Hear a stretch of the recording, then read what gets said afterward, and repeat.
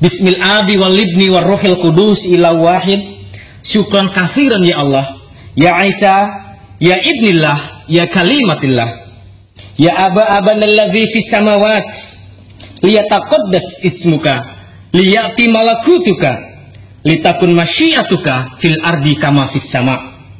I'atana khabazna al-yawmi waghfir lana dhunubana kama ghafarna nahnu lil mudhnibina ilaina wala tudakhilna fi tajribat lakinna najjina minasyirir li'anna laka mulka wal quwata wal majda ila abad. Amin. Karena Isa al-Masih sumber pengetahuan itu, sumber ilmu itu, la ilmu lisa'ah, yang mengatakan hari kiamat. Fala tamtarunna biha. Maka oleh karena itu janganlah kamu ragu-ragu terhadap Isa al-Masih.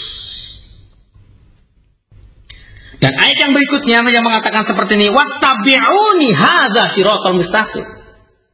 Isa al-Masih berkata, wattabi'uni hadza siratal mustaqim. Ikutlah aku, inilah jalan yang lurus.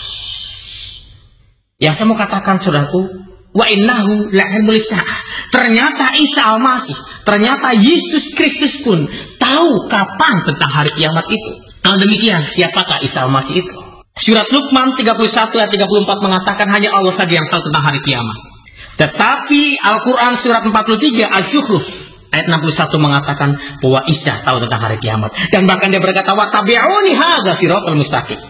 Ikutlah aku, inilah jalan yang lurus.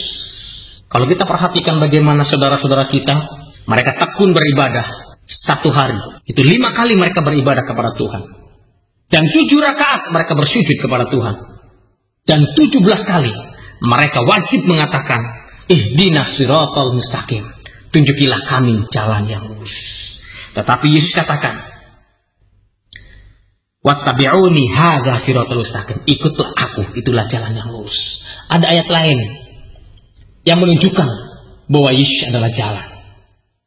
Dan dikatakan, qala lahu Isa al-Masih, ana huwa tariqul haq al-hayat.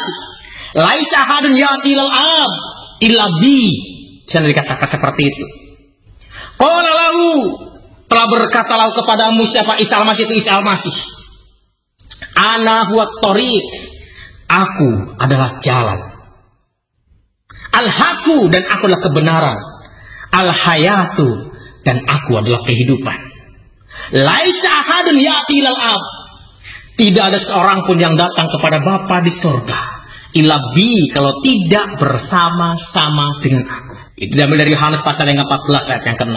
Di ayat yang sebelumnya yang pertama berkata Yesus, jikalau aku pergi di mana tempatku berada, dan aku pergi ke sana untuk menyediakan tempat bagimu, supaya di mana aku berada kamu pun berada.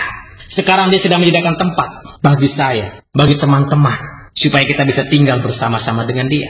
Karena dialah sebenarnya Allah sendiri. Mengapa ada 3 kata yang berkaitan seperti itu?